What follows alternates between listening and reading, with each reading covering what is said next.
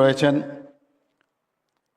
আমাদের ত্রিপুরা প্রদেশ বিজেপির যিনি ফর্মার, অ্যাকচুয়ালি ফর্মার বললে খুব ভালো হয়, মাঝে মাঝে ইংলিশ ওয়ার্ড ব্যবহার করলে বাংলা ব্যবহার করলে একটু সমস্যা হচ্ছে। ফর্মার প্রেসিডেন্ট ত্রিপুরা প্রদেশ বিজেপির এবং আমাদের রাজ্যসভার মাননীয় সদস্য শ্রী রাজীব ভট্টাচার্য মহোদয়, উনি বিস্তারিত আমাদের সামনে ওনার মনের কথা আমাদের সামনে বলেছেন এবং অনেক বিষয়ে কিন্তু ওনার অভিজ্ঞতাও এই গত 4 বছর ধরে উনি যে অভিজ্ঞতা সঞ্চয় করেছেন সেই বিষয়ে উনি কিন্তু আমাদের সামনে রেখেছেন। আমি রাজীব বাবুকে ধন্যবাদ দেব। কালকের থেকে ওনার সাথে আমার কথাবার্তাও হচ্ছিল। যখন আমি তখন দিল্লিতে 11টার সময় যখন আমার কাছে প্রায় 11টা আমার কাছে খবর আসলো, আমি রাজীব বাবুকে আমি ফোন করে কথা বলি যে আমি আসছি, তো আমি আসার পরে আপনার সাথে কথা বলবো। তো সেইভাবে ওনার সাথে আমি কথা হয়েছে। আমি ল্যান্ড করার পরেও সেখান থেকে ওনার সাথে কথা হয়েছে আমরা কি কি প্রোগ্রাম করব, কিভাবে করলে ভালো হবে।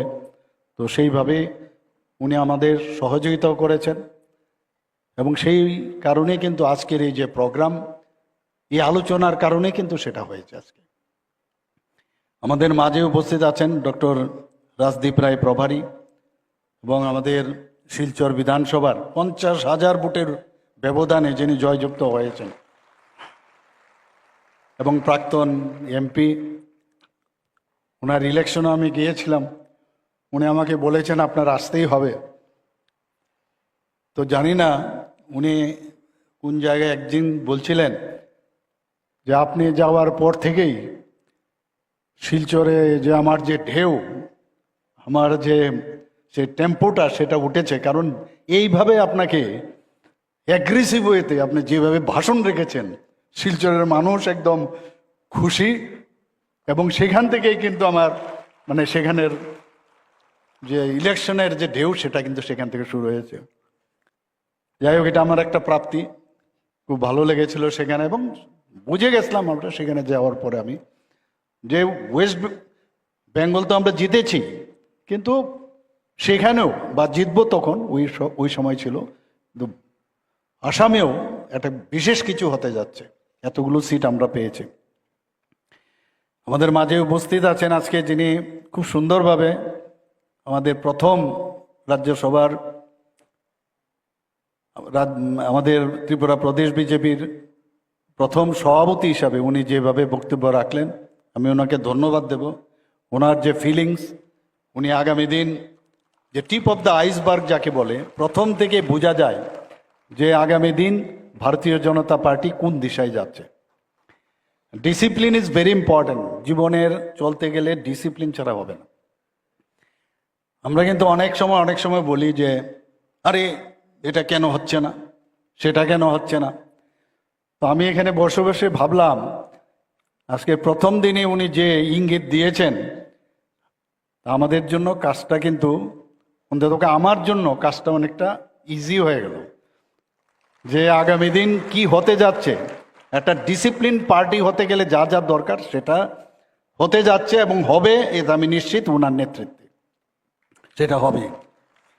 আমাদের মাঝে উপস্থিত আছেন আমাদের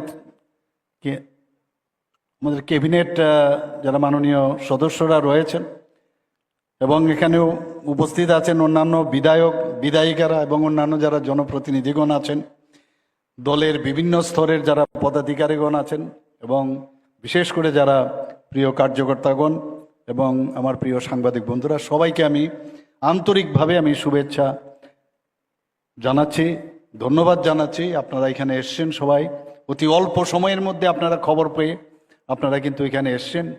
এটা বোঝা যায় যে বিজেপির যে কতটা সাংগঠনিকভাবে শক্তিশালী, সেটা কিন্তু আজকে আপনাদের এই জমায়েতে কিন্তু সেটা প্রতিফলন হয়েছে। সত্যি কথা বলতে কি, আমি যেহেতু প্রফেশন এখন আমার রাজনীতি, সেই রাজনীতির যে প্রফেশন এসছে, যতক্ষণ ধরে প্রতিটি কার্যকর্তাকে আপনি if you do not love if you do not respect, if you do not consider your party people, ততক্ষণ পর্যন্ত কিন্তু কানেক্ট কোনোদিন হয় না। হয়তোবা কিছু করা যাচ্ছে না, অনেক সময় অনেক জায়গায় করার জন্য সম্ভব হয় না সব জিনিস, সবাইকে সব জিনিস হবে তাই নয়, অনেকের চাহিদা থাকে, সেই চাহিদা সেটাকে, যেটা পণ্ডিত দীনদয়ালজি, আমি সব জায়গায় আজকে একটু আগে আমার পূর্ববর্তী বক্তা আমাদের নবনিযুক্ত সভাপতি বলেছেন সে কথাটা, যে ডিজায়ার যদি থাকে আর গ্রিড যদি থাকে, এটা কিন্তু কনফ্লিক্ট সৃষ্টি করে, যেটা পণ্ডিত দীনদয়ালজি বলেছে। এটা যদি আমাদের মধ্যে ঢুকাতে পারি তাহলে আমাদের কোনো সমস্যা নেই। আমি এটাই বলবো, যারা কাজের মানুষ, ঠিকভাবে মানুষের কাছে যে আশা আকাঙ্ক্ষা, সেই আকাঙ্ক্ষা অনুযায়ী কার্যকর্তাদের যেরকম তাদের কাছে আশা করে মানুষ, তাদের যে আশা যদি পূরণ করতে পারে, সেই সব কার্যকর্তাদের আমাদের চিহ্নিত করা প্রয়োজন। আমি শুধু বডিলি আমি আসলাম, আমি শারীরিকভাবে আমি আসলাম, আমি নিজেকে জানান দিলাম, কিন্তু দেখা গেল কাজের বেলায় অষ্টরম্ভা। এবং এই দিকে একটু নজর রাখতে হবে। আমরা যদি আজকে প্রতিটা বাড়ির খবর যদি আমরা না জানতে পারি, আমাদের পৃষ্ঠা প্রমুখদের আমরা বলি, সেই পৃষ্ঠা প্রমুখদের থেকেই শুরু করতে হবে। আমার শক্তি কেন্দ্রকে আমার সেখান থেকে শুরু করতে হবে, আমার বুথ প্রেসিডেন্টকে আমার সেখান থেকে শুরু করতে হবে। বুথ প্রেসিডেন্টের যদি শক্তিশালী আমরা করতে পারি, তবে উপর দিকে না গেলেও সেই বুথের মধ্যে এখানকে আমরা যারা আছি, যারা আমরা নেতৃবৃন্দরা আছি এখানে, সবাই কিন্তু কোনো না কোনো বুথের। তাহলে যেটা বারবার বলা হচ্ছে, বুথ শক্তিশালী হলেই হলো, ডোর টু ডোরও যাওয়ার প্রয়োজন হয় না। সেই যে জায়গাটা যতক্ষণ ধরে আমাদের না আসবে, ততক্ষণ ধরে Bharatiya Janata Party everyday will learn something, সেই শক্তিশালী ও আমাদের প্রয়োজন।